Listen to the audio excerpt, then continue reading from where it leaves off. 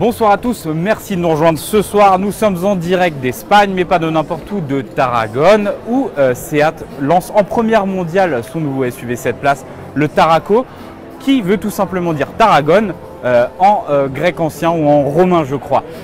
Donc c'est un petit clin d'œil. Aujourd'hui, on est dans un cadre magnifique. La marque a dévoilé son nouveau SUV. On va l'approcher dans 5 minutes. Je vous laisse faire le tour. On est dans une arène ici où se déroulait la corrida. C'est vraiment un lieu super sympa. Et voilà, donc c'est un petit peu symbolique. Aujourd'hui, Seat propose le Tarraco que vous retrouverez au Mondial de Paris. C'est une première mondiale. Il s'agit du 3e SUV de la gamme du constructeur, le plus gros. Alors, il est basé sur évidemment la plateforme MQB Global Volkswagen. Il a quelques traits de ressemblance avec les cousins, le Volkswagen Tiguan Allspace et le Skoda Kodiaq. Mais à la différence, il a quelques privilèges, c'est-à-dire que c'est l'une des premières Seat à bénéficier du nouveau visage de la marque, c'est-à-dire une toute nouvelle calandre, des optiques plus travaillées. On sent qu'il y a un effort qui a été fait pour distinguer un petit peu par rapport à ses cousins allemands et tchèques. Sur la partie arrière, alors ça se répand beaucoup à l'heure actuelle au sein du groupe Volkswagen. Mon cher confrère émérite Pierre Desjardins avait testé le Q8, on l'avait vu, c'était une signature lumineuse qui rejoint les deux optiques à l'arrière. Ça, on le retrouve de plus en plus. Ici, c'est à la mode, voilà. Le cœur du sujet, c'est évidemment le volume de coffre. Et là, c'est un record. Sur les trois cousins, c'est celui qui a le plus grand volume. On a 700 litres. On peut moduler. Voilà, bonne question. Justement, j'allais y venir. Est-ce que le Tarraco va remplacer l'Alhambra?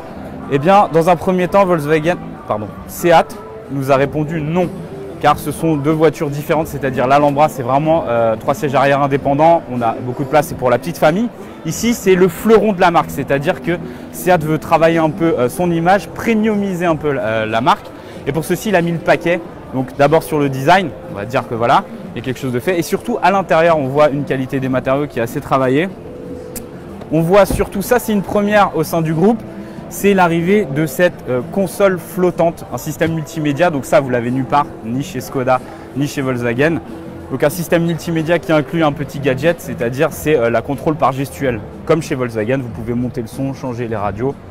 Voilà, on a également un cockpit virtuel ici, face au conducteur. Donc ça, avant, c'était proposé exclusivement en option sur certaines voitures. Et surtout, voilà. On a beaucoup de place à l'arrière puisque le Tarraco bénéficie d'un gros empattement, plus que ses cousins également. Donc on a pas mal de place à l'arrière. Par contre, par rapport à son principal concurrent, il est français, le 5008 qui propose 3 sièges arrière indépendants. Ici, on a une banquette avec 2 places. On a pas mal de place. La qualité des matériaux est plutôt flatteuse. On sent qu'il y a quelque chose, voilà, on sent que Seat a envie de premiumiser son image, hein, je le répète. On a des qualités des matériaux qui sont travaillés, on a naturellement des prix qui seront en conséquence.